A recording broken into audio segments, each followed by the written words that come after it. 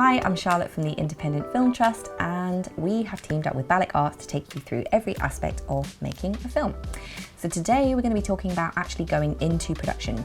So whether you've got a big camera setup or you're just shooting on a mobile phone, there are a few principles that we want to go through to make sure you've got everything that you need.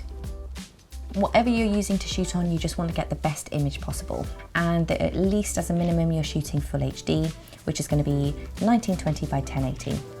If you're shooting on a mobile phone, you can also get additional lenses for your phone, which is also quite interesting. So you might want to check out different options that you've got there. And also I'm going to link to a film in the bottom called Tangerine, which was entirely shot on an iPhone, and that just shows you what you can do with a phone, which is pretty phenomenal.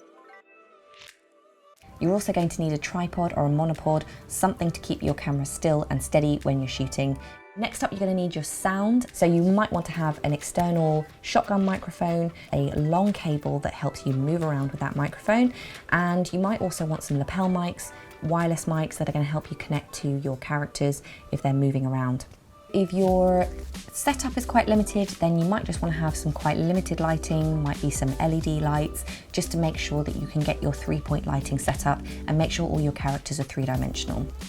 So now we just want to have a quick reminder about framing, just to make sure that we've got that down so we know that when we start to go out and shoot, we're going to make sure everybody's in the right position in the frame. So you've probably gone through your rule of thirds. So if you were to split your screen into thirds, you would know that at this point, you're going to have interesting action taking place, and at this point, you're going to have interesting action taking place. So if you were interviewing somebody, for example, or just like I'm talking to you now, you would want their eyes, which is the most interesting part of their face, to align with this horizontal third, and you would want their right eye to align with this vertical third to make sure that they're in the right part of the frame to make it interesting for the viewer. So you may have also heard of something called the Fibonacci spiral, which is another way of looking at how you can compose your shot. So if I was to draw a Fibonacci spiral now, just around the image that's on this screen, you'll see that there's like a transition from the plant. It goes up over my head, it goes around, and it should be picking out the parts of my face that are most interesting to look at. So I'm going to structure my scene like this. It makes it more visually appealing for the viewer. And that works for all kinds of different scenes. You can see how the spiral spins around to pick out all the most interesting parts of a really well composed shot. So next we have the lighting. Now this can be extremely complex or it can be extremely simple, but there are a few principles that are quite important to remember. The first one is having a 3-point lighting system. And what I'm going to do is I'm going to take my mobile phone and I'm going to show you how this works in this scene that I'm sitting in right now. Okay, so I've got my mobile phone and I'm just shooting the camera where it is right now, looking at me, and I'm there in the screen, hello.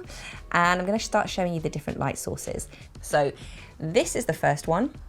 It's a big ring light that's right over the top of me that's coming in here. And that's my key light. So that's the light that's really focusing on me to make sure that I'm visible in the scene. Next, I've got my window, and that is providing me with some natural light that is coming on my side. So you can see that light is kind of coming in here, and it's making sure that I've got a bit of like three-dimensionality to my face. The last one you can probably see behind me. So the backlight is really key, because what that's going to do is that's going to give all of your characters that three-dimensional aspect. And that's going to really, really help you. You really want to make sure that whoever you're shooting, wherever you're shooting them, you've got light coming in from these different dimensions so that you're making your characters all three-dimensional and you're making them really interesting in the scene. If I was to turn off that light behind me, so if I turn the curtain, just 1 second.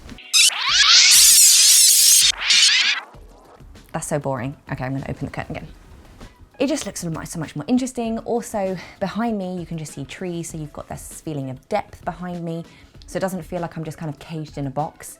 And like I'm doing now in COVID, I don't have access to a lot of equipment that's locked up in our office, so I'm just using the light that I've got to create that feeling of expansiveness around me. You can do exactly the same. You can use the natural light, you can bounce the light off different reflective surfaces, use what you've got. You don't need tons of expensive equipment. So the final thing to think about in your scene is the color. So coloring is extremely, extremely important, and it can also have a lot of symbolic resonance to it. So red gives the idea of love, passion, anger, aggression, and you can see how lots of different films use red, whether it's in the lighting, whether it's in the props, to create that feeling. Pink, that's quite different. That's about innocence and fragility, femininity perhaps. It's playful, it's beauty, empathy. Orange is for warmth, sociability, friendliness, happiness. It's exotic, it's youthful.